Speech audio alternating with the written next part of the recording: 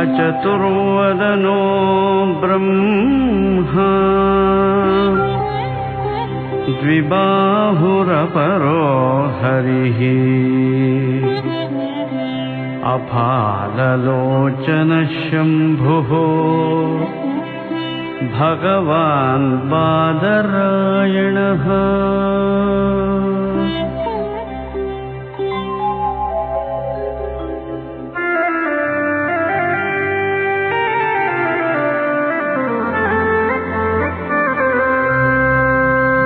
सूत्रभाष्य प्रणेतारौ वेदान्ताब्ज प्रभाकरौ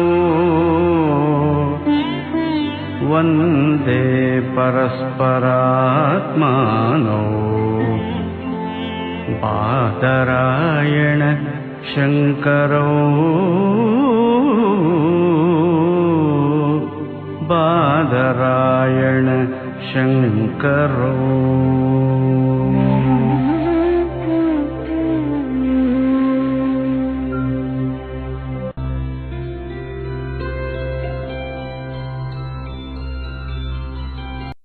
श्रुति स्मृति पुराणानाम् आलयम् करुणालयम् नमामि भगवत्पादम् शङ्करम् लोकशङ्करम्। गौडपादम् महाप्राज्ञम् शङ्करम् च जगद्गुरुम् सुरेश्वरम् च तच्छिष्यम् सच्चिदानन्दमाश्रये।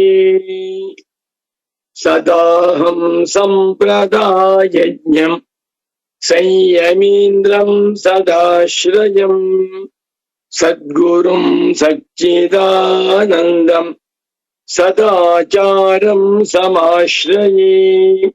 शङ्कराचार्य सच्छिष्यम् ज्ञानिराजम् तपस्विनम् नैष्कर्म्य सिद्धिकर्तारम् सुरेश्वरमहम् भजे। श्रीमच्छङ्कर भगवत् पूज्य पादमः सद्गुरुभ्यो नमः। श्री श्री सच्चिदानन्देन्द्र सरस्वती सद्गुरुपादुकाभ्याम् नमः। नमो नमः सद्गुरुपादुकाभ्याम्। ಸದ್ಗುರು ಭಕ್ತರು ವೇದಾಂತಿಗಳು ಮುಮುಕ್ಷ ಸಾಧಕರು ಭಗವದ್ಭಕ್ತರು ಆಗಿರುವ ತಮ್ಮೆಲ್ಲರಿಗೂ ಇಂದಿನ ಸುಪ್ರಭಾತವನ್ನು ಹೇಳುತ್ತಾ, ಇಂದು ಕ್ರೋಧಿನಾಮ ಸಂವತ್ಸರದಲ್ಲಿ ದಕ್ಷಿಣಾಯನ ವರ್ಷ ಋತು ಭಾದ್ರಪದ ಮಾಸ ಕೃಷ್ಣ ಪಕ್ಷ ದ್ವಾದಶಿ ತಿಥಿ. ಭಾದ್ರಪದ ಕೃಷ್ಣ ದ್ವಾದಶಿ ತಿಥಿಗೆ ಹೆಸರು ಯತಿ ಮಹಾಲಯ. ನನ್ನ ಪರಮ ಪೂಜ್ಯ ಸದ್ಗುರು ಪುಂಗವರಾದ ಶ್ರೀ ಶ್ರೀ ಸಚ್ಚಿದಾನಂದೇಂದ್ರ ಸರಸ್ವತಿ ಸ್ವಾಮೀಜಿಯವರು ಹೇಳಿದ್ದಾರೆ. ಇದು ಎಲ್ಲ ಯತಿಗಳಿಗೂ ಕೂಡ ಆರಾಧನೆ ಮಾಡುವುದಕ್ಕೆ ಶ್ರೇಷ್ಠವಾಗಿರುವಂತಹ ಪುಣ್ಯಕಾಲ. ಇಂದಿನ ದ್ವಾದಶಿ ತಿಥಿಗೆ ಹೆಸರು ಯತಿ ಮಹಾಲಯ ದ್ವಾದಶಿ ತಿಥಿ. ಒಟ್ಟಿನಲ್ಲಿ ಯತಿ ಮಹಾಲಯ ಪಕ್ಷ ಶ್ರೇಷ್ಠವಾಗಿರುವಂತಹ ತಿಥಿ. ನಮ್ಮ ಭಾರತೀಯ ಹಿಂದೂ ಸಂಸ್ಕೃತಿಯಲ್ಲಿ ಪ್ರತಿದಿನವೂ ಒಳ್ಳೆಯ ದಿವಸ, ಪ್ರತಿದಿನವೂ ಪವಿತ್ರವಾದ ಪರ್ವಕಾಲ ಅಂತ ತಿಳಿಸುತ್ತಾ, ಇಂದು 2024ನೇ ಇಸವಿ ಸೆಪ್ಟೆಂಬರ್ 29ನೇ ತಾರೀಖಿನ ಭಾನುವಾರದ ಶುಭೋದಯವನ್ನು ತಮ್ಮೆಲ್ಲರಿಗೂ ಕೋರುತ್ತಾ, ನೈಷ್ಕರ್ಮ್ಯ ಸಿದ್ಧಿ ಆ ಹೆಸರೇ ಅದ್ಭುತವಾಗಿದೆ, ಪರಮಾದ್ಭುತವಾದ ಶಬ್ದ. ಎಲ್ಲ ವೇದಾಂತಿಗಳಿಗೂ, ಎಲ್ಲ ಅಧ್ಯಾತ್ಮ ಸಾಧಕರುಗಳಿಗೂ, ಎಲ್ಲ ಮುಮುಕ್ಷು ಜನಗಳಿಗೂ ಅವಶ್ಯವಾಗಿ ತಿಳಿದಿರಬೇಕಾಗಿರುವ ಒಂದು ಶಬ್ದ ನೈಷ್ಕರ್ಮ್ಯ ಸಿದ್ಧಿ. ಇದು ವೇದಾಂತ ಪ್ರಪಂಚದಲ್ಲಿ ಅದ್ಭುತವಾಗಿರುವ ಗ್ರಂಥ.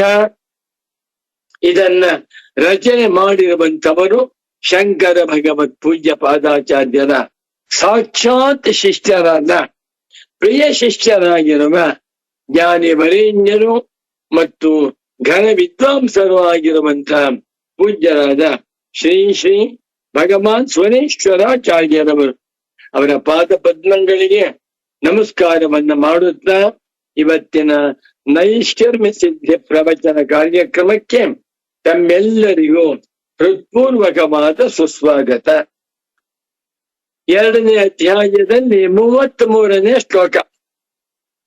ಶ್ರೀ ಸ್ವರೇಶ್ವರಾಚಾರ್ಯ ಉವಾಚ ಖಾನಿಲಾಜ್ಞಬ್ಧರಿತ್ರ್ಯಂತಂ ಸಕ್ಫಣೀವೋದ್ಗತಂ ಯತಃ ಧ್ವಾಂತಚ್ಛಿದೇ ನಮಸ್ತಸ್ಮೈ ಹರಯೇ ಬುದ್ಧಿ ಸಾಕ್ಷಿಣೇ ಅಲಬ್ಧ್ವಾತಿಶಯಂ ಯಸ್ಮಾತ್ ವ್ಯಾವೃತ್ತಾಸ್ತಮಬಾಧಯಃ ಗರೀಯಸೇ ನಮಸ್ತಸ್ಮೈ ಅವಿದ್ಯಾಗ್ರಂಥಿಭೇದಿನೇ ನಮೋ ನಮಃ ಶ್ರೀ ಶ್ರೀ ಸಚ್ಚಿದಾನಂದೇಂದ್ರ ಸರಸ್ವತಿ ಸದ್ಗುರು ಪಾದುಕಾಭ್ಯಾಂ.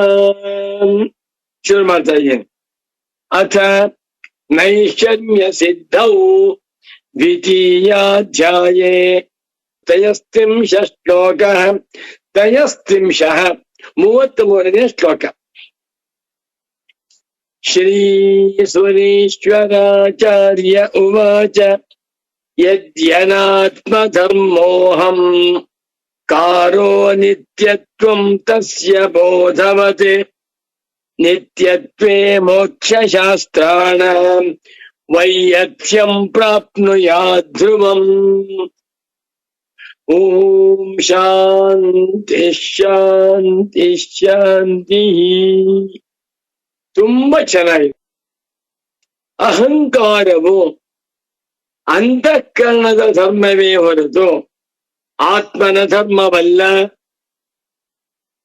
ಹೇಗೆ ಬಟ್ಟೆ ಆತ್ಮನ ಧರ್ಮವಲ್ಲವೋ, ಹೇಗೆ ಶರೀರ ಆತ್ಮನ ಸ್ವರೂಪವಲ್ಲವೋ, ಹೇಗೆ ಕಣ್ಣು ಕಿವಿ ಮುಂತಾಗಿರುವ ಇಂದ್ರಿಯಗಳು ಅನಾತ್ಮ ತತ್ವಗಳು, ಅದೇ ರೀತಿಯಲ್ಲಿ ಅಹಂಕಾರವೂ ಕೂಡ ಅನಾತ್ಮ ಧರ್ಮ, ಆತ್ಮನಿಗೆ ಸೇರಿಲ್ಲ.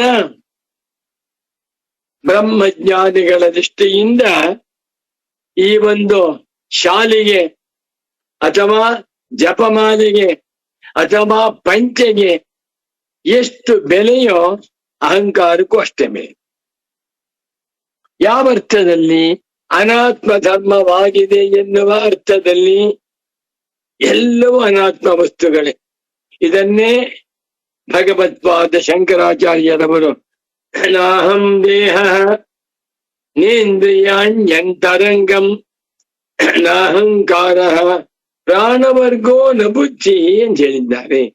ಅಹಂಕಾರ ಅತ್ಯಂತ ಪವಿತ್ರವಾಗಿರಬಹುದು.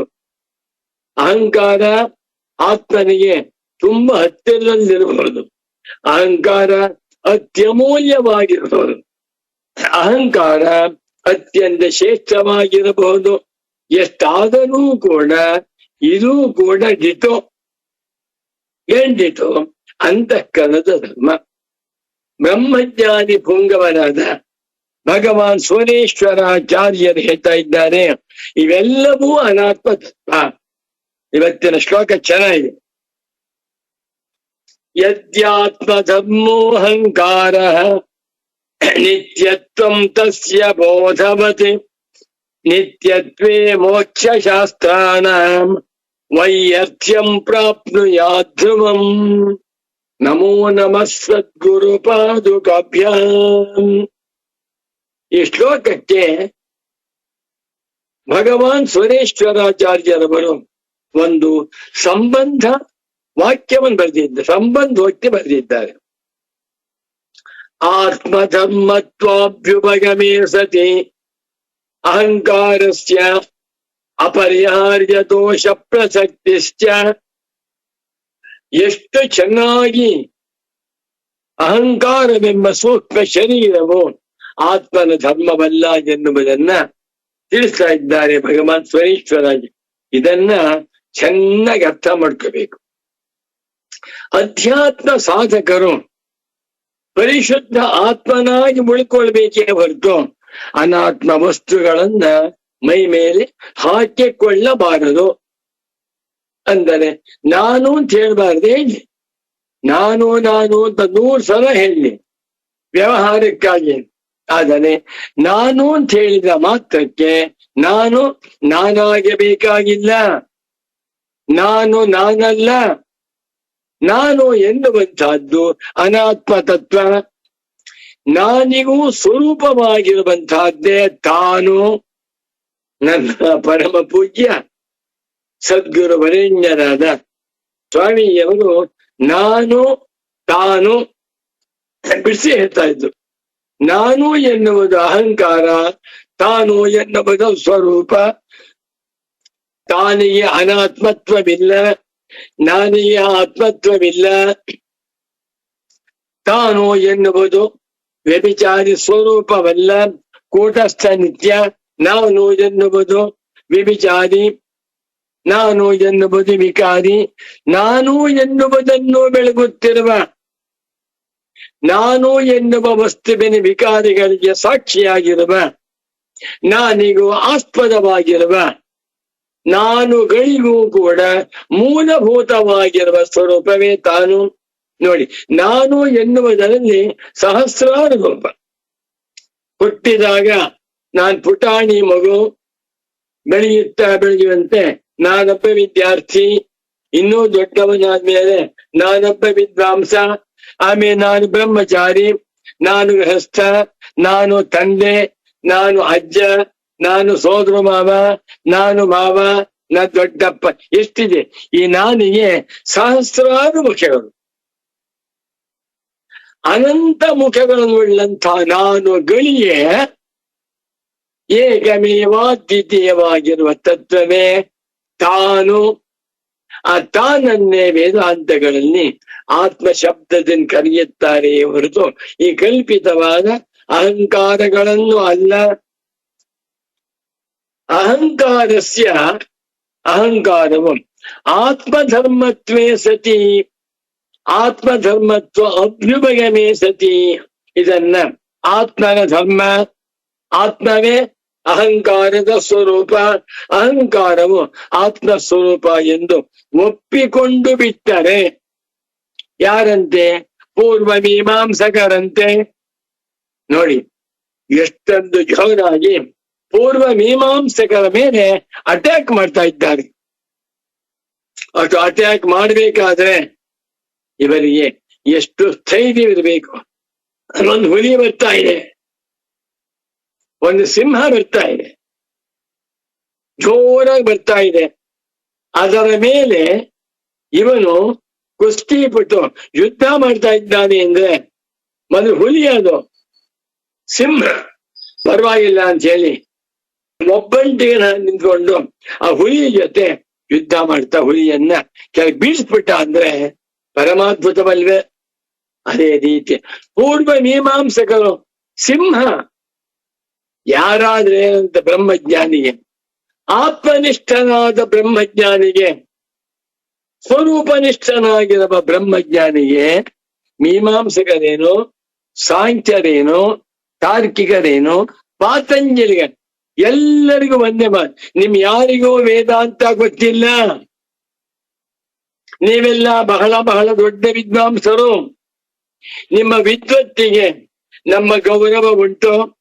ನಿಮ್ಮೆಲ್ಲರಿಗೂ ನಾವು ಶಾಲನ್ನು ಹೊತ್ತಿಸಿ ತಾಂಬೂಲವನ್ನು ಕೊಟ್ಟು ಕಾಣಿಕೆ ಕೊಡ್ತೇವೆ. ಆದರೆ ನಿಮ್ ಯಾರಿಗೂ ಅದ್ವೈತ ವೇದಾಂತ ಗೊತ್ತಿಲ್ಲ. ಏನ್ ಮಾಸ್ವಾಮಿ ಇದು? ನೋಡಿ, ಆತ್ಮಧರ್ಮತ್ವಾಭ್ಯುಪಗಮೇ ಅಹಂಕಾರಸ್ಯ, ಅಹಂಕಾರವನ್ನ ಆತ್ಮನ ಧರ್ಮ, ಆತ್ಮನ ಗುಣ, ಆತ್ಮನೆಯೇ ಸೇರಿದೆ ಅಂತ ಒಪ್ಪಿಕೊಂಡು ಬಿಟ್ಟರೆ ಆಗ ಅಪರಿಹಾರ್ಯ ದೋಷ ಪ್ರಸಕ್ತಿಶ್ಚ, ಅದ್ವೈತ ವೇದಾಂತ ಸಿದ್ಧಾಂತಕ್ಕೆ ಒಂದು ದೊಡ್ಡ ದೋಷ ಉಂಟಾಗಿ ಬಿಡುತ್ತದೆ. ಆ ದೋಷಕ್ಕೆ ಹೆಸರು ಅಪರಿಹಾರ್ಯ ದೋಷ, ಅನ್ಕಾರಿಯಬಲ್ ಮಿಸ್ಟೇಕ್, ಅದನ್ನ ಪರಿಹಾರ ಮಾಡಿಕೊಳ್ಳುವುದಕ್ಕೆ ಸಾಧ್ಯವಿಲ್ಲ. ವೇದಾಂತ ದರ್ಶನಕ್ಕೆ ದೊಡ್ಡ ಧಕ್ಕೆ ತಂದಂತಾಗುತ್ತೆ, ನಾವು ಒಪ್ಪುವುದಿಲ್ಲ. ನೀವು 1000 ಜನಗಳು ಬಂದು ಕೋರ್ಟ್ನಲ್ಲಿ ನಿಂತ್ಕೊಂಡು ಸಾಕ್ಷ್ಯಗಳನ್ನ ಕೊಟ್ಟು ಜಡ್ಜಿ ಮುಂದೆ ಅಹಂಕಾರವು ಆತ್ಮನ ಧರ್ಮವಾದ ಮಾಡಿದರೆ ನಾವೊಂದೇ ಮಾತ ಹೇಳ್ತೇವೆ, ನಿಮ್ ಯಾರಿಗೂ ವೇದಾಂತ ಗೊತ್ತಿಲ್ಲ. ನಿಮಗೆ ವೇದಾಂತ ತಿಳಿದಿದ್ದರೆ ಹೀಗೆ ಹೇಳುತ್ತಿರಲಿಲ್ಲ. ನೋಡಿ, ಹೇಳ್ತಾ ಇದ್ದಾರೆ ಭಗವಾನ್ ಸ್ವನೇಶ್ವರಾಚಾರ್ಯರು. ವೇದಾಂತ ಶಾಸ್ತ್ರದಲ್ಲಿ ಉಪನಿಷ್ಠನಾಗಿರುವ ಆತ್ಮನು ನಿತ್ಯ ಶುದ್ಧ, ನಿತ್ಯ ಬುದ್ಧ, ನಿತ್ಯ ಮುಕ್ತ ಸ್ವರೂಪನಾದ ಪ್ರತ್ಯಗಾತ್ಮ. ಇವನಿಗೆ ಅಹಂಕಾರದ ಉಂಟು ಇಲ್ಲ. ಸ್ವಾಮಿ ಮೀಮಾಂಸಕರು ಹೇಳ್ತಾ ಇದ್ದಾರಲ್ಲ, ಹೇಳಿ, ಪಾಪ ಅವರಿಗೆ ವೇದಾಂತ ಗೊತ್ತಿಲ್ಲ. ಯಾಕೆ ಅಂದ್ರೆ ಅಪರಿಹಾರ್ಯ ದೋಷ ಪ್ರಸಕ್ತಿ. ಎಷ್ಟು ಸೂಕ್ಷ್ಮ ವಿಚಾರ. ಅಹಂಕಾರವನ್ನು ಆತ್ಮನಿಗೆ ಸೇರಿದ್ದು ಆತ್ಮನ ಸ್ವರೂಪ ಎಂದು ಒಪ್ಪಿಕೊಂಡು ಬಿಟ್ಟರೆ ವೇದಾಂತ ಶಾಸ್ತ್ರಕ್ಕೆ ಒಂದು ದೊಡ್ಡ ದೋಷ ಉಂಟಾಗುತ್ತದೆ. ಎಂಥ ದೋಷ? ಅಪರಿಹಾರ್ಯವಾಗಿರುವ ದೋಷ. ಪರಿಹಾರ ಮಾಡಿಕೊಳ್ಳುವುದಕ್ಕೆ ಸಾಧ್ಯವಾಗದೇ ಇರುವಂತ ದೊಡ್ಡ ದೋಷ ಬಂದು ಒದಗಿ ಬಿಡುತ್ತೆ ಎಂದು. ಏನದು? ಮೋಕ್ಷವೇ ಇಲ್ಲ ಅಂತ ಆಗಿಬಿಡುತ್ತೆ. ಅಬ್ಬಾ, ವೇದಾಂತ ದರ್ಶನದಲ್ಲಿ ಪ್ರತಿಪಾದಿತವಾಗಿರುವ ತತ್ವ ಮೋಕ್ಷ. ವೇದಾಂತ ದರ್ಶನವೊಂದನ್ನು ಬಿಟ್ಟು ಈ ಭೂಲೋಕದಲ್ಲಿ ಲಕ್ಷಾಂತರ ಶಾಸ್ತ್ರಗಳಿವೆ, ಲಕ್ಷಾಂತರ ಗುರುಗಳಿದ್ದಾರೆ, ಲಕ್ಷಾಂತರ ಪ್ರವಚನಗಳಾಗುತ್ತವೆ. ತುಂಬಾ ಸಂತೋಷ, ಅದರ ಬಗ್ಗೆ ನಮ್ಮ ಆಕ್ಷೇಪಣೆ ಇಲ್ಲ. ಯಾರು ವಸ್ತು ತಂತ್ರಜ್ಞಾನವನ್ನು ಹೇಳುವುದಿಲ್ಲವೋ, ಯಾರಿಗೆ ಅಧ್ಯಾರೋಪ ಅಪವಾದ ಪ್ರಕ್ರಿಯೆ ಗೊತ್ತಿಲ್ಲವೋ, ಯಾರಿಗೆ ವ್ಯವಹಾರ ದೃಷ್ಟಿ ಪರಮಾರ್ಥ ದೃಷ್ಟಿಯ ಮಹಿಮೆ ಅರ್ಥವಾಗಿಲ್ಲವೋ, ಯಾರಿಗೆ ಅವಸ್ಥಾತ್ರೆ ವಿಚಾರದ ಆಳ ಅರ್ಥವಾಗಿಲ್ಲವೋ, ಯಾರಿಗೆ ಸಾರ್ವತ್ರಿಕ ಪರಿಪೂರ್ಣ ಅನುಭವದ ಮರ್ಮ ಅರ್ಥವಾಗಿಲ್ಲವೋ ಅಂತವರಾರಿಗೂ ಕೂಡ ವೇದಾಂತ ಅರ್ಥವಾಗಿಲ್ಲ. ಅವರಾರು ವೇದಾಂತಿಗಳಲ್ಲ. ಅವರ ಪ್ರವಚನಗಳಿಗೆ ನಮ್ಮ ಸಾಷ್ಟಾಂಗ ಪ್ರಣಾಮಗಳು. ಸಂತೋಷ. ಹಾಗೆ ಹೇಳ್ತಾ ಇದ್ದಾರೆ ನೋಡಿ. ಇದು ಪರಮಾಶ್ಚರ್ಯ, ಪರಮಾದ್ಭುತ. ಇದನ್ ಪಾಠ ಮಾಡುವಾಗ ಗುರುಗಳು ಸಿಂಹ, ಮಗು ಬರ್ಕೋ, ಗಟ್ ಮಾಡು, ಸ್ವನೇಶ್ವರಾಚಾರ್ಯರ ಮಾತನ್ನ ನೆನ್ಪಿಟ್ಕೋ. ಅಪರಿಹಾರ್ಯ ದೋಷ. ಆತ್ಮನಿಗೆ ಅಹಂಕಾರ ಉಂಟು, ಅಹಂಕಾರದ ಧರ್ಮ ಆತ್ಮನಲ್ಲಿ ಇದೆ ಎಂದು ಒಪ್ಕೊಂಡ್ಬಿಟ್ರೆ ವೇದಾಂತ ಶಾಸ್ತ್ರ ಹಾಳಾಗೋಯ್ತು. ವೇದಾಂತ ಶಾಸ್ತ್ರ ಭಗ್ನವಾಗಿ ಬಿಡುತ್ತೆ. ಹುಷಾರ್. ಅಬ್ಬಾ, ನೀ ವೇದಾಂತವನ್ನು ಅಧ್ಯಯನ ಮಾಡದೆ ಸತ್ ಸಂಪ್ರದಾಯ ಕ್ರಮದಿಂದ ತಿಳಿಯದೆ ಏನೇನೋ ಹೇಳ್ತಾ ಇದ್ದೀಯ, ತಪ್ಪಲ್ವೇ? ಈಗ ಸುಬ್ರಾಯ ಶರ್ಮನಿಗೆ ಗುರುಗಳಿಂದ ನೇರವಾಗಿ ವೇದಾಂತ ಪಾಠವಾಗಿರೋಣದರಿಂದ 110% ಶಾಂಕರಾದ್ವೈತ ವೇದಾಂತ ಚೆನ್ನಾಗಿ ಅರ್ಥವಾಗಿದೆ. ಇಂಥ ಸುಬ್ರಾಯ ಶರ್ಮ ಕ್ವಾಂಟಮ್ ಥಿಯರಿ ಬಗ್ಗೆ ಅಥವಾ ಕೆಮಿಸ್ಟ್ರಿ ಬಗ್ಗೆ ಅಥವಾ ಫಿಸಿಕ್ಸ್ ಬಗ್ಗೆ ಏನೋ ಹೇಳಿ ಶುರು ಮಾಡ್ಬಿಟ್ರೆ ನನ್ನ ದಡ್ಡತನ ಅರ್ಥವಾಗುತ್ತೆ. ಹೌದಾ? ಈ ಮಾತನ್ನ ಭಗವತ್ಪಾದ ಶಂಕರರು ತಮ್ಮ ಬ್ರಹ್ಮಸೂತ್ರ ಭಾಷ್ಯದಲ್ಲಿ ಬರೆದಿದ್ದಾರೆ. ದಯವಿಟ್ಟು ನೋಡಿ. ಆಮೇಲೆ ನಂಬರ್ ಹೇಳ್ತೇನೆ, 114. ದಯವಿಟ್ಟು ಪ್ರತಿಯೊಬ್ಬರು ಫೋನ್ ಮಾಡಿ ನಮ್ಗೆ. 114, 1ನೇ ಅಧ್ಯಾಯ, 1ನೇ ಪಾದ, 4ನೇ ಅಧಿಕರಣ, 4ನೇ ಸೂತ್ರ. ಓಂ ತತ್ವ ಸಮನ್ವಯಾತ್. ಆ ಸೂತ್ರಕ್ಕೆ ತುಂಬಾ ಚೆನ್ನಾಗಿ ಅದ್ಭುತವಾಗಿ ಭಗವತ್ಪಾದ ಶಂಕರಾಚಾರ್ಯರು ಭಾಷ್ಯ ಬರೆದಿದ್ದಾರೆ. ಒಂದು ವಾಕ್ಯ ಹೇಳ್ತೇವೆ, ಇದು ಮಧ್ಯ ಬರುತ್ತೆ. ತತ್ವ ಸಮನ್ವಯ ಆದಂತಹ ಸೂತ್ರಕ್ಕೆ ಸುಮಾರು 15 ಪುಟ ಭಾಷ್ಯ ಬರೆದಿದ್ದಾರೆ. ಇದು 10-11ನೇ ಪುಟದ ಬರಬಹುದಾಗಿರುವಂತಹ ಒಂದು ವಾಕ್ಯ. ಯಾವುದು? ನಹಿ ಅಹಂ ಪ್ರತ್ಯಯ ವಿಷಯ ಕರ್ತೃ ವ್ಯತಿರೇಕೇಣ ತತ್ಸಾಕ್ಷಿ ಸರ್ವಭೂತಸ್ಥ ಸಮಃ ಏಕಃ ಕೂಟಸ್ಥ ನಿತ್ಯ ಪುರುಷಃ ವಿಧಿಕಾಂಡೇವ ತಕ್ಕ ಸಮಯೇವ ಕೇನಚಿತ್ ಅಧಿಗತಃ ಸರ್ವಸ್ಯಾತ್ಮ. ಅಬ್ಬಾಡೆ, ನನಗೆ ನನ್ನ ಪ್ರೀತಿಯ ಪರಮ ಪೂಜ್ಯ ಸದ್ಗುರು ಪುಂಗವರಾದ ಶ್ರೀ ಶ್ರೀ ಶ್ರೀ ಸಚ್ಚಿದಾನಂದೇಂದ್ರ ಸರಸ್ವತಿ ಸ್ವಾಮೀಜಿಯವರು ಅಧ್ಯಾಸ ಭಾಷ್ಯ ಅಥಾತೋ ಬ್ರಹ್ಮ ಜಿಜ್ಞಾಸಾ ಎನ್ನುವ ಜಿಜ್ಞಾಸಾಧಿಕರಣ ಭಾಷ್ಯ, ಜನ್ಮಾದ್ಯಸ್ಯ ಯತಃ ಎನ್ನುವ ಜನ್ಮಾದ್ಯಧಿಕರಣ ಭಾಷ್ಯ, ಶಾಸ್ತ್ರಯೋನಿತ್ವಾತ್ ಅನ್ನುವ ಶಾಸ್ತ್ರಯೋನಿತ್ವಾಧಿಕರಣ ಭಾಷ್ಯ, ತತ್ವ ಸಮನ್ವಯಾಧಿಕರಣ ಭಾಷ್ಯ. ಈ 4 ಭಾಷ್ಯಗಳ ಪಂಕ್ತಿಯನ್ನ ಗಟ್ಟು ಮಾಡಿಸ್ಬಿಡಿದ್ದಾರೆ ಯಾವುದೋ ಜನ್ಮದಲ್ಲಿ. ಅದು ಒಟ್ಟು ಕನ್ನಡ ಪುಸ್ತಕ ನೋಡಿ, ಗುರುಗಳು ಬರೆದಿರುವಂತ ಕನ್ನಡದಲ್ಲಿರುವ ಬ್ರಹ್ಮಸೂತ್ರ ಶಾಂಕರ ಭಾಷ್ಯ ಸುಮಾರು ನನ್ನ ಅಂದಾಜ ಒಂದು 60-70 ಪುಟ ಇದೆ ಅಂತ ಕಾಣಿಸುತ್ತೆ ಕನ್ನಡದಲ್ಲಿ. ಅದಕ್ಕೆ ಭಾಷ್ಯ ಬರೆದು, ಭಾಷ್ಯಾರ್ಥವನ್ನು ಬರೆದು, ಅನುವಾದವನ್ನು ಮಾಡಿ, ಫುಟ್ ನೋಟ್ ಕೊಟ್ಟು ಮಾಡಿದೆ. ಸುಮಾರು ಒಂದು 60 ಪುಟ ಇರಬಹುದು ಕನ್ನಡದಲ್ಲಿ. ಸಂಸ್ಕೃತದಲ್ಲಿ ಒಂದು 20 ಪುಟ ಇದೆ ಸಂಸ್ಕೃತ. ಅಷ್ಟನ್ನು ಗಟ್ಟು ಮಾಡ್ಬಿಡಿದೆ. ಬಾ ಮಗು, ಬಹಳ ಮುಖ್ಯವಾದ ಭಾಗ, ಗಟ್ಟು ಮಾಡಿ ಹೇಳ್ಕೊಡ್ತೆ. ಹೇಳಿ ಗಟ್ಟು ಮಾಡಿಸ್ಬಿಟ್ಟು ಧನ್ಯೋಸ್ಮೀನ್ ಮಾಡ್ಬಿಡಿದ ನಾನು ಒಂದು ವಾಕ್ಯ. ಯಾವುದದು? ಅಹಂ ಪ್ರತ್ಯಯ ವಿಷಯ ಕರ್ತೃ ವ್ಯತಿರೇಕೇಣ. ಅಹಂ ಪ್ರತ್ಯಯಕ್ಕೆ ವಿಷಯನೂ ಕರ್ತೃವಾಗಿರುವ ಅಹಂಕಾರ ವಿಧಾನಲ್ಲ, ಇವನಿಗಿಂತ ವಿಲಕ್ಷಣವಾಗಿರುವ ಅಹಂಕಾರಕ್ಕೂ ಸಾಕ್ಷಿಯಾಗಿರುವ ಸಮಃ ಏಕಃ ಕೂಟಸ್ಥ ನಿತ್ಯ ಪುರುಷಃ. ಬಾಬಾ, ವಿಧಿಕಾಂಡದಲ್ಲಾಗಲಿ ತಾರ್ಕಿಕರ ಯಾರಿಗೂ ತಿಳಿದಿಲ್ಲ. ಧೈರ್ಯವಾದ ಮಾತು. ಅದನ್ನೇ ಸುರೇಶ್ವರಾಚಾರ್ಯರು ಹೇಳ್ತಾ ಇದ್ದಾರೆ. ನಂದೇನು ಇಲ್ಲ ಇಲ್ಲಿ. ಗುರುಕ್ತೋ ವೇದರಾದ್ಧಾಂತಃ ತತ್ವನೋವತ್ನಶಕ್ತಿತಃ ಸಹಸ್ರ ಕಿರಣ ವ್ಯಾಪ್ತೆ ಖದ್ಯೋತ ಕಿಂ ಪ್ರಕಾಶಯೇತ್. ಅಬ್ಬ, ನಖ್ಯಾತಿಲಾಭ ಪೂಜಾರ್ಥಂ ನಾನು ಐಶ್ವರ್ಯ ಸಿದ್ಧಿ ಬರಿತಾ ಇದ್ದೇನೆ. ಹೊಸದಾಗಿ ಏನಂದ್ರೆ ಎಲ್ಲವೂ ಕೂಡ ನನ್ನ ಗುರುಗಳ ಎಂಜಲು. ಇದೇ ಮಾತನ್ನ ಸುಬ್ರಾಜ ಶರ್ಮಾ ಯಾವಾಗಲೂ ಹೇಳ್ತಾ ಇರ್ತಾನೆ ನೋಡಿ. ಬಹಳ ಜ್ವರ ಇದೆ ಶ್ಲೋಕ.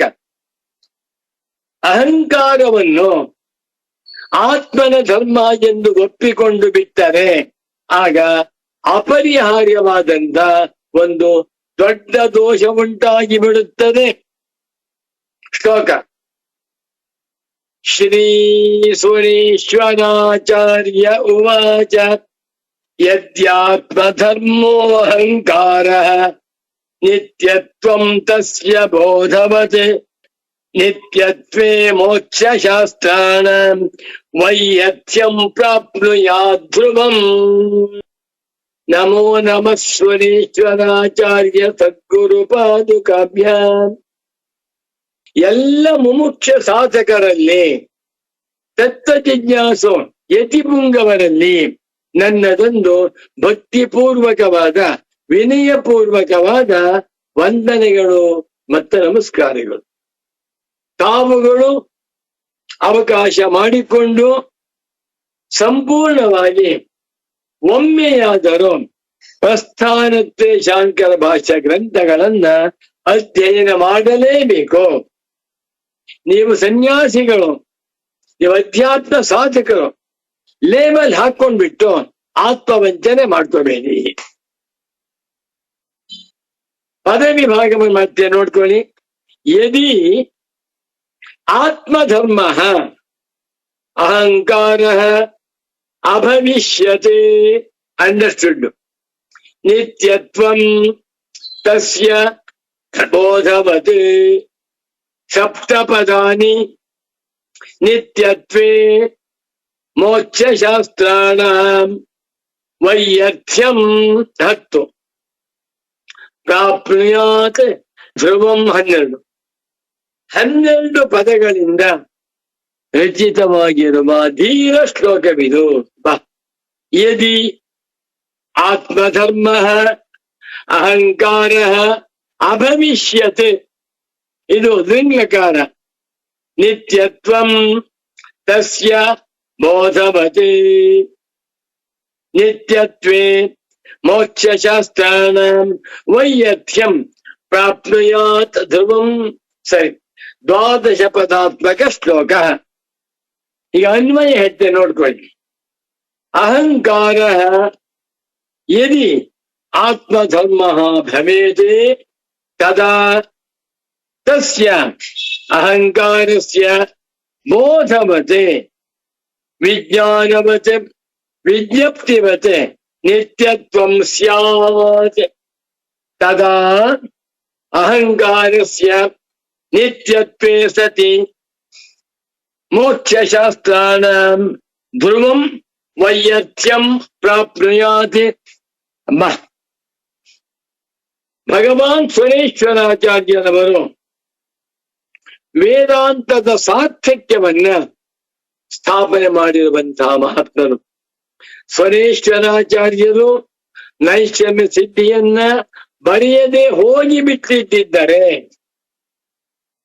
ಭಗವತ್ಪಾದ ಶಂಕರಾಚಾರ್ಯರವರು ಭಗವದ್ಗೀತೆಗೆ, ದಶೋಪನಿಷತ್ತುಗಳಿಗೆ, ಬ್ರಹ್ಮಸೂತ್ರಗಳಿಗೆ ಭಾಷ್ಯಗಳನ್ನ ಬರೆಯದೆ ಹೋಗಿ ಬಿಟ್ಟಿದ್ದರೆ ಈ ಹೊತ್ತು ನಮಗೆ ವೇದಾಂತ ಶಾಸ್ತ್ರವು ಸಿಕ್ಕುತ್ತಿರಲಿಲ್ಲ. ವೇದಾಂತ ಶಾಸ್ತ್ರದ ಮೇಲೆ ಮೀಮಾಂಸಕರು, ತಾರ್ಕಿಕರು, ಸಾಂಖ್ಯರು, ಪಾತಂಜಲಿಗಳು ಎಲ್ಲರೂ ಕೂಡ ದಾಳಿ ಮಾಡಿಬಿಟ್ಟು ವೇದಾಂತವನ್ನ ಸೊನ್ನೆ ಮಾಡ್ಬಿಡ್ತಾ ಇತ್ತು. ವೇದಾಂತ ಶಾಸ್ತ್ರ ನಿರ್ನಾಮವಾಗಿಬಿಡ್ತಾ ಇತ್ತು.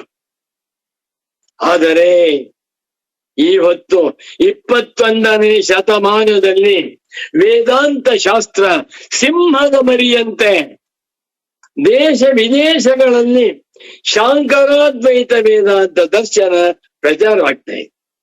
ತುಂಬಾ ಸಂತೋಷ. ಎಲ್ಲಿ ಹೋಗಿ ಏನೋ ಗೀತಾ ಭಾಷ್ಯ ಅಂತ ಓದ್ತಾರೆ, ಸೂತ್ರ ಭಾಷ್ಯ ಅಂತ ಓದ್ತಾರೆ, ಏನೋ ಒಂಚೂರು ಗೌಡಪಾದಿಕ ಕಾರಿಕ ಅಂತ ಓದ್ತಾರೆ. ಕೆಲವು ಪುಣ್ಯಾತ್ಮರು ನೈಷಮ್ಯ ಸಿದ್ಧಿಯನ್ನು ಅಧ್ಯಯನ ಮಾಡ್ತಾರೆ. ಬಹಳ ಸಂತೋಷ. ಇದಕ್ಕೆ ಕಾರಣ ಭಗವಾನ್ ಸ್ವರೇಶ್ವರಾಚಾರ್ಯರು. ಏನ್ ಹೇಳ್ತಾ ಇದ್ದಾರೆ ಸ್ವಾಮಿ? ವೇದಾಂತ ಶಾಸ್ತ್ರದ ಸಾರ್ಥಕ್ಯವನ್ನ, ವೇದಾಂತ ಶಾಸ್ತ್ರದ ಅತ್ಯಮೂಲ್ಯತೆಯನ್ನ, ವೇದಾಂತ ಶಾಸ್ತ್ರದ ಮಹತ್ವವನ್ನ, ವೇದಾಂತ ಶಾಸ್ತ್ರದ ಬೆಲೆಯನ್ನ, ವೇದಾಂತ ಶಾಸ್ತ್ರದ ಅಸಾಧಾರಣತೆಯನ್ನ, ವೇದಾಂತ ಶಾಸ್ತ್ರದ ವಿಶೇಷವನ್ನ ತೋರಿಸಿಕೊಟ್ಟಿರುವಂತಹ ಮಹಾತ್ಮರಿವರು. ಇದಕ್ಕೆಲ್ಲ ಕಾರಣ ಶಂಕರರು, ಸ್ವರೇಶ್ವರರು. ಇನ್ನು ಕನ್ನಡದಲ್ಲಿ ನನ್ನ ಪರಮ ಪೂಜ್ಯ ಹೆಮ್ಮೆಯ ಸದ್ಗುರುಗಳಾದ ಶ್ರೀ ಶ್ರೀ ಶ್ರೀ ಸಚ್ಚಿದಾನಂದೇಂದ್ರ ಸರಸ್ವತಿ ಮಹಾಸ್ವಾಮಿಗಳು. ಸಚ್ಚಿದಾನಂದೇಂದ್ರ ಸರಸ್ವತಿ ಮಹಾ ಸನ್ನಿಧಾನಗಳವರು ವೇದಾಂತ ದರ್ಶನಕ್ಕೆ, ಶಂಕರಾದ್ವೈತ ವೇದಾಂತ ಶಾಸ್ತ್ರಕ್ಕೆ ಕೊಟ್ಟಿರುವಂತಹ ಕೊಡುಗೆಯನ್ನ ಯಾರೂ ಕೊಡಲಿಲ್ಲ. ಇಲ್ಲ, ಕನ್ನಡದಲ್ಲಿ ಯಾರೂ ಮಾಡಲಿಲ್ಲ. ಇಡೀ ಕನ್ನಡದ ಎಲ್ಲ ಮುಮುಕ್ಷ ಜನಗಳು ಕೂಡ ಸಚ್ಚಿದಾನಂದೇಂದ್ರ ಸರಸ್ವತಿ ಸ್ವಾಮಿಗಳವರ ಒಂದು ಫೋಟೋ ಹಾಕಬೇಕು. ನೋಡಿ, ಅರ್ಥ ಹೇಳ್ತೇನೆ. ಎಲೆ ಪೂರ್ವ ಮೀಮಾಂಸಕರೇ, ನಿಮಗೆ ವೇದಾಂತದ ಗಂಧವಿಲ್ಲ. ನೀವು ವೇದಾಂತ ಓದಿದ್ದಿದ್ದರೆ ಹೀಗೆ ಹೇಳ್ತಾ ಇರಲಿಲ್ಲ. ಅಬ್ಬಾ, ಯಾಕೆ? ಅಹಂಕಾರವು ಎಲ್ಲಿ ಆತ್ಮಧರ್ಮ ಸ್ಯಾತ್, ಆತ್ಮನ ಧರ್ಮವಾಗಿ ಬಿಟ್ಟಿದ್ದರೆ, ಆತ್ಮನಲ್ಲಿ ಅಹಂಕಾರದ ಸ್ವರೂಪ ಉಂಟು ಅಂತ ಆಗಿ ಬಿಟ್ಟಿದ್ದಿದ್ರೆ ಆಗ ತಸ್ಯ ಅಹಂಕಾರವೂ ಕೂಡ ಬೋಧವತ್ ಚೈತನ್ಯದಂತೆ ಆತ್ಮನು ಸ್ವಯಂ ಜ್ಯೋತಿ ಸ್ವರೂಪ. ಹೌದಾ? ತಸ್ಯ ಭಾಷಾ ಸರ್ವಮಿದಂ ವಿಭಾತಿ. ಆತ್ಮನು ಸಾಕ್ಷ್ಯ ಸ್ವರೂಪನಾಗಿದ್ದಾನೆ. ಆತ್ಮನ ಸ್ವರೂಪವಾಗಿರುವ ಬೋಧದಂತೆ ಅಹಂಕಾರಿಗೂ ಕೂಡ ನಿತ್ಯವಾಗಿ ಬಿಡಬೇಕಾಗಿತ್ತು. ಅಹಂಕಾರವೇ ಆತ್ಮ, ಆತ್ಮನೇ ಅಹಂಕಾರದಿಂದಾಗಿ ಬಿಡುತ್ತಿತ್ತು. ಆಗ್ಲಿ ಏನ್ ತಪ್ಪು ಅಂದರೆ ನಿತ್ಯತ್ವೇ ಅಹಂಕಾರವೂ ಕೂಡ ಆತ್ಮನಷ್ಟೇ ನಿತ್ಯವಾಗಿದೆ. ಅಹಂಕಾರವೇ ಆತ್ಮ, ಆತ್ಮನೇ ಅಹಂಕಾರ ಅಂತಾಗಿ ಬಿಟ್ಟಿದ್ದರೆ ಮೋಕ್ಷಶಾಸ್ತ್ರಾಣ, ಮೋಕ್ಷಶಾಸ್ತ್ರ ಭಗವದ್ಗೀತಾ, ಬ್ರಹ್ಮಸೂತ್ರ, ಉಪನಿಷತ್ತುಗಳು, ಎಲ್ಲ ಮೋಕ್ಷಶಾಸ್ತ್ರಗಳಿಗೂ ವೈಯರ್ಥ್ಯಂ ವಿಗತಾಃ ಅರ್ಥಾಃ ಏಭ್ಯಃ ತೇ ವ್ಯರ್ಥಾಃ ವಿಯರ್ಥ ವ್ಯರ್ಥಾನಾಂ ಭಾವಃ ವೈಯರ್ಥ್ಯಂ. ಎಲ್ಲ ವೇದಾಂತ ಶಾಸ್ತ್ರಗಳು ವ್ಯರ್ಥ, ವೇಸ್ಟ್, ಮೂರ್ಖ, ಪ್ರಯೋಜನವಿಲ್ಲ ಅನ್ನುವಂತ ದೊಡ್ಡ ದೋಷ ಧ್ರುವಂ ಖಂಡಿತವಾಗಿ ಪ್ರಾಪ್ನುಯಾತ್ ಒದಗಿ ಬಂದು ಬಿಟ್ಟೀತು. ಇಂಪಾಸಿಬಲ್. ವೇದಾಂತ ಶಾಸ್ತ್ರ ವ್ಯರ್ಥವಲ್ಲ. ವೇದಾಂತ ಶಾಸ್ತ್ರವನ್ನ ಕಾಡ್ಹರಟೆ ಅಂತ ಹೇಳಬಾರದು. ವೇದಾಂತ ಶಾಸ್ತ್ರವೇ ಮಾನವ ಶಾಸ್ತ್ರ. ವೇದಾಂತ ಶಾಸ್ತ್ರ ಸಾರ್ಥಕ ಶಾಸ್ತ್ರ. ಸಕಲ ಮಾನವರಿಗೂ ನಿತ್ಯ ಶಾಂತಿಯನ್ನ, ನಿತ್ಯ ಆನಂದವನ್ನ, ನಿತ್ಯ ತೃಪ್ತಿಯನ್ನ ಅನುಗ್ರಹ ಮಾಡುವ ಶಾಸ್ತ್ರಗಳೇ ವೇದಾಂತ ಶಾಸ್ತ್ರಗಳು. ಮೋಕ್ಷ ಸ್ವರೂಪವನ್ನ ತೋರಿಸಿ ಜನ್ಮ ಮರಣ ಬಂಧನ ಚಕ್ರದಿಂದ ತಪ್ಪಿಸುವಂತ ಏಕೈಕ ಶಾಸ್ತ್ರ ವೇದಾಂತ. ಪೂಜ್ಯರಾದ ಸದ್ಗುರು ಪ್ರಶ್ನೆ ಹಾಕಿದ್ರು, ಮಗು ಮೋಕ್ಷ ಶಾಸ್ತ್ರನ ಯಾಕೆ ಬಹುವಚನ ಹಾಕಿದ್ದಾರೆ ಸುರೇಶ್ವರಾಚಾರ್ಯರು? ಮೋಕ್ಷ ಶಾಸ್ತ್ರ ಒಂದೇ ಅಲ್ವೇನಪ್ಪ? ಹೌದು. ಯಾಕೆ ಬಹುವಚನ ಹಾಕಿದ್ದಾರೆ? ನಾನೇ ಹೇಳ್ತೀನಿ ಕೇಳು. ಭಗವದ್ಗೀತಾ ಮೋಕ್ಷ ಶಾಸ್ತ್ರಂ, ಈಶಾವಾಸ್ಯ ಮೋಕ್ಷ ಶಾಸ್ತ್ರಂ, ಕೇನ ಮೋಕ್ಷ ಶಾಸ್ತ್ರಂ, ಬೃಹದಾರಣ್ಯಕೋಪನಿಷತ್ ಮೋಕ್ಷ ಶಾಸ್ತ್ರಂ, ಬ್ರಹ್ಮಸೂತ್ರಾಣಿ ಮೋಕ್ಷ ಶಾಸ್ತ್ರ. ಎಷ್ಟಾಯ್ತು ಬಹುವಚನ? ನಿಜವಾಗಿ ಮೋಕ್ಷ ಶಾಸ್ತ್ರಮೇಕಮೇವ. ಆದರೆ ಗ್ರಂಥದ ದೃಷ್ಟಿಯಿಂದ ಎಲ್ಲವನ್ನು ಒಟ್ಟುಗೂಡಿಸಿಕೊಂಡು ಮೋಕ್ಷ ಶಾಸ್ತ್ರಾಣಿ ಇವುಗಳು ವ್ಯರ್ಥವಲ್ಲ. ಇನ್ನೂ ಬೇಕಾದ್ರೆ ಈ ಕರ್ಮಕಾಂಡ ಶಾಸ್ತ್ರ ವ್ಯರ್ಥ ಅಂತ ಹೇಳೋಣ. ಯಾಕೆ? ಆ ಕರ್ಮಗಳಿಂದ ದೊರಕುವಂತಹ ಫಲ ಸ್ವರ್ಗ ಅಥವಾ ಮಹಾರಾಜ ಪದವಿ. ಮಹಾರಾಜನಾಗ್ಬಿಟ್ರೆ ಅವನ ದುಃಖ ಇಲ್ವೇ? ಬೇಕಾದಷ್ಟಿರುತ್ತೆ. ಆದ್ದರಿಂದ ಯಾವ ಶಾಸ್ತ್ರವೂ ವ್ಯರ್ಥವಲ್ಲ. ವೇದಾಂತ ಶಾಸ್ತ್ರವಂತೂ ವ್ಯರ್ಥವಲ್ಲವೇ ಅಲ್ಲ. ವೇದಾಂತ ಶಾಸ್ತ್ರಾಣಿ ಪ್ರಮಾಣಾನಿ ಭವಂತಿ ಶಾಸ್ತ್ರಯೋನಿತ್ವಾತ್. ಬಾ, ಎಲ್ಲ ವೇದಾಂತಗಳು ಕೂಡ ಪರಮ ತಾತ್ಪರ್ಯದಿಂದ ಬ್ರಹ್ಮವನ್ನು ತಿಳಿಸ್ತಾ ಇದೆ. ಸರ್ವೇಷು ಹಿ ವೇದಾಂತೇಷು ವಾಕ್ಯಾನಿ ತಾತ್ಪರ್ಯೇಣ ಏತಸ್ಯ ಅರ್ಥಸ್ಯ ಪ್ರತಿಪಾದಕಾನಿ ಭವಂತಿ ತತ್ವ ಸಮನ್ವಯಾತ್ ಅನ್ನುವಂತಹ ಸೂತ್ರ ಭಾಷೆ ಎಲ್ಲ ಅನುಭವಿಸ್ಬೇಕು ಸ್ವಾಮಿ. ಎಷ್ಟು ಚೆನ್ನಾಗಿರುತ್ತದೆ. ಮೋಕ್ಷ ಶಾಸ್ತ್ರಗಳು ಮುಮುಕ್ಷು ಜನಗಳಿಗೆ ನಿಜವಾದ ಯಮ. ಯಾರು ಮಾತಿದ್ರು? ಸುರೇಶ್ವರಾಚಾರ್ಯರ ಮಾತು. ಇವರು ಪೂರ್ವಾಶ್ರಮದಲ್ಲಿ ಇವರು ವೀರ ಮೀಮಾಂಸಕರಾಗಿದ್ದಂತೆ. ಏನ್ ಆಶ್ಚರ್ಯ ಸ್ವಾಮಿ ಇವರು. ಯದ್ಯಾತ್ಮಧರ್ಮೋ ಅಹಂಕಾರ, ಅಹಂಕಾರವು ಆತ್ಮನ ಧರ್ಮ ಅಂತಾಗಿ ಬಿಟ್ಟರೆ ಅದು ಕೂಡ ಆತ್ಮನ ಬೋಧದಂತೆ ನಿತ್ಯವಾಗಿ ಬಿಡಬೇಕಾದೀತು. ಅಹಂಕಾರವು ಆತ್ಮನ ಜೊತೆ ನಿತ್ಯ ಅಂತ ಆಗ್ಬಿಟ್ರೆ ಮೋಕ್ಷ ಶಾಸ್ತ್ರನ ವೈಯರ್ಥ್ಯ. ಎಲ್ಲ ಮೋಕ್ಷ ಶಾಸ್ತ್ರಗಳ ಅರ್ಥ ಅಂತ ಆಗುತ್ತೆ. ಯಾಕೆ ಅಂದ್ರೆ ಮೋಕ್ಷದಲ್ಲಿ ಅಹಂಕಾರವಿಲ್ಲ. ಮೋಕ್ಷ ಅಂದ್ರೇನು? ಅಹಂಕಾರದ ಅಧ್ಯಾಸದಿಂದ ತಪ್ಪಿಸಿಕೊಳ್ಳುವುದೇ ಮೋಕ್ಷ. ಸತ್ತ ಮೇಲೆ ಮೋಕ್ಷವಲ್ಲ. ಬದುಕಿರುವಾಗ ಅಹಂಕಾರ ನಾನಲ್ಲ. ಅಹಂಕಾರವೂ ಕೂಡ ಪಾದರಕ್ಷೆಗೆ ಸಮಾನವಾದ ತತ್ವ. ಅಹಂಕಾರವೂ ಕೂಡ ಅವಿದ್ಯಾ ಕಲ್ಪಿತ ತತ್ವ.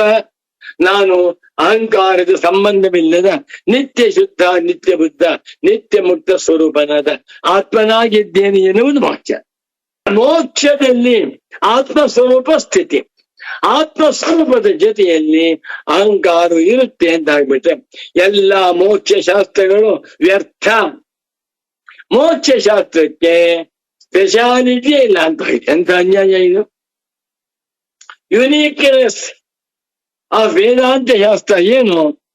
ಯಾವ ಶಾಸ್ತ್ರಗಳಲ್ಲಿಯೂ ತಿಳಿಸದೇ ಇರುವ, ಯಾರಿಗೂ ಗೊತ್ತಿಲ್ಲದೆ ಇರುವ ನಿತ್ಯ ಶುದ್ಧ, ನಿತ್ಯ ಬುದ್ಧ, ನಿತ್ಯ ಮುಕ್ತನಾಗಿರುವ ಆತ್ಮಸ್ವರೂಪನೇ ನೀನು ಎನ್ನುವುದನ್ನ ಉಪದೇಶ ಮಾಡುತ್ತಿರುವ ಏಕೈಕ ದರ್ಶನ ವೇದಾಂತ.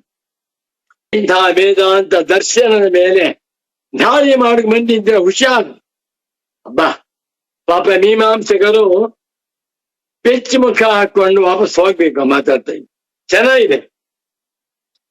ಯದ್ಯಾತ್ಮ ಧರ್ಮೋಹಂಕಾರ ನಿತ್ಯತ್ವಂ ತಸ್ಯ ಬೋಧವತ್ ನಿತ್ಯತ್ವೇ ಮೋಕ್ಷ ಶಾಸ್ತ್ರಾಣ ವೈಯರ್ಥ್ಯಂ ಪ್ರಾಪ್ನುಯಾತ್ ಧ್ರುವಂ ಕಾನಿರಾಜ್ಞಪ್ತರಿತ್ರ್ಯಂತಂ ತತ್ಪಣೀವೋದ್ಗತಂ ಯತಃ ದ್ವಾಂತಚ್ಛಿದೇ ನಮಸ್ತಸ್ಮೈ ಹರಯೇ ಬುದ್ಧಿ ಸಾಕ್ಷಿಣಿ ಅಲಬ್ಧ್ವಾತಿಶಯಂ ಯಸ್ಮಾತ್ ವ್ಯಾವೃತ್ತಾಸ್ತಮಬಾಧಯಃ ಗರೀಯಸೇ ನಮಸ್ತಸ್ಮೈ ಅವಿದ್ಯಾ ಗ್ರಂಥಿ ಭೇದಿನಿ ನಮೋ ನಮಃ ಸಚ್ಚಿದಾನಂದೇಂದ್ರ ಸರಸ್ವತಿ ಸದ್ಗುರು ಪಾದುಕಾಭ್ಯ.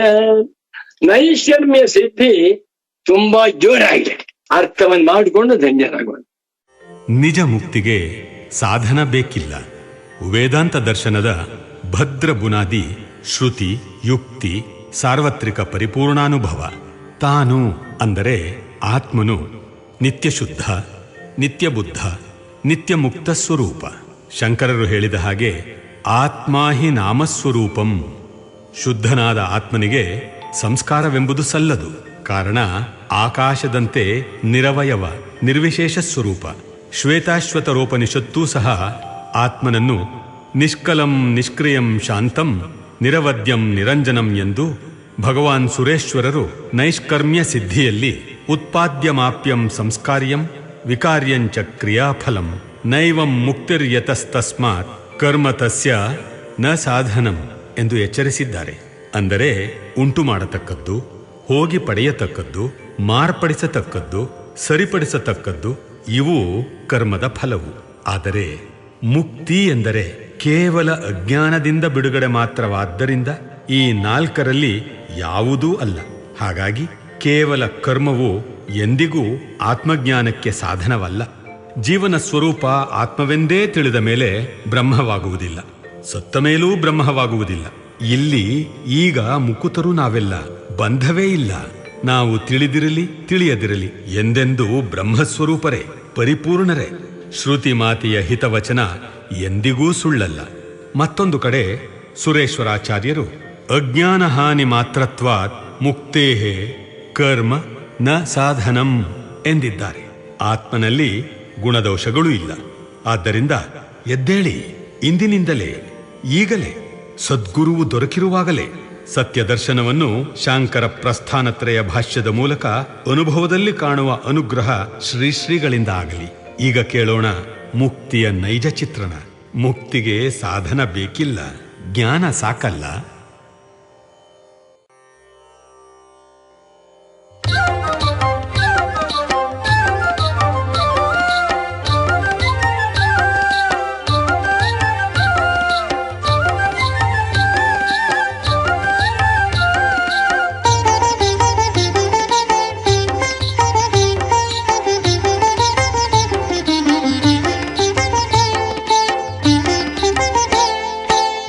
ಮುಕ್ತಿಗೆ ಸಾಧನ ಬೇಕಿಲ್ಲ, ಜ್ಞಾನ ಸಾಕಲ್ಲ.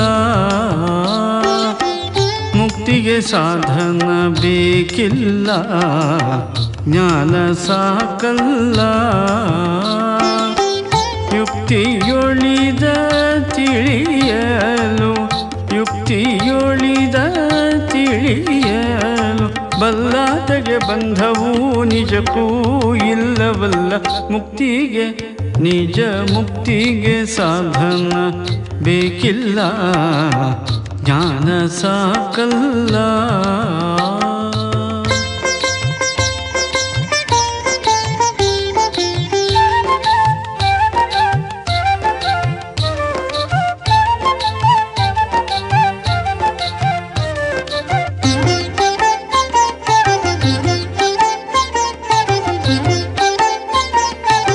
ಇಲ್ಲದೀಹ ಮುಕುತಿ ಬರಲಾರದಲ್ಲ,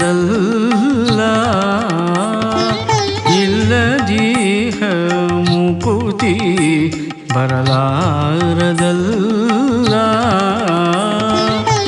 ಬರೆ ನಿಲ್ಲದಲ್ಲ, ಬರೆ ನಿಲ್ಲದಲ್ಲ.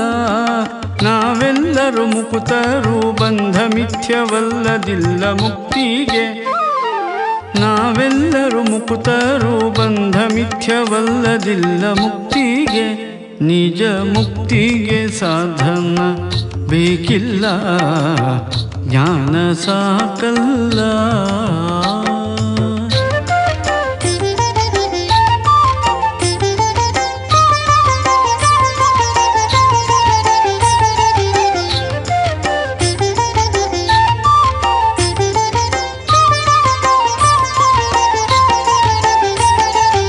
ಆತ್ಮಂಗೆ ಗುಣದೋಷಗಳು ಇಲ್ಲ, ಎಮ್ಮಾತ್ಮಂಗೆ ಗುಣದೋಷಗಳು ಇಲ್ಲ.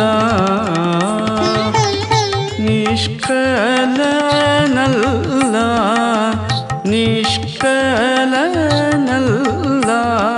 ಪರಮಾತ್ಮಂಗೆ ಸಂಸ್ಕಾರವು ಸಲ್ಲಹೊಲ್ಲೇವಲ್ಲ ಮುಕ್ತಿಗೆ. ಪರಮಾತ್ಮಂಗೆ ಸಂಸ್ಕಾರವು ಸಲ್ಲಹೊಲ್ಲೇವಲ್ಲ ಮುಕ್ತಿಗೆ. ನಿಜ ಮುಕ್ತಿಗೆ ಸಾಧನ ಬೇಕಿಲ್ಲ, ಜ್ಞಾನ ಸಾಕಲ್ಲ.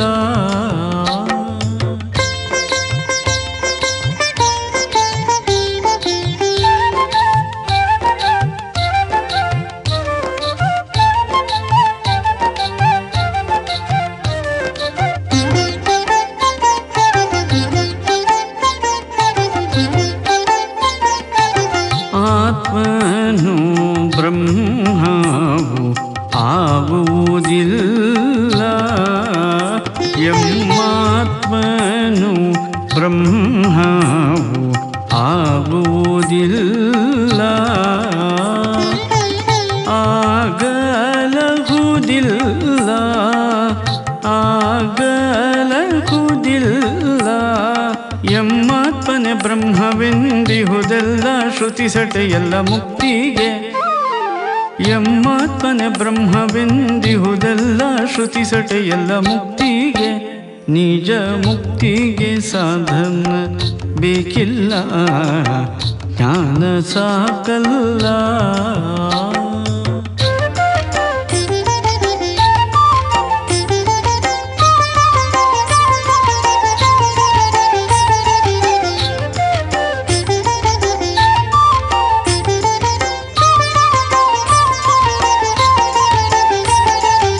ಇಲ್ಲೀಗ ಮುಕುತರು ನಾವೆಲ್ಲ,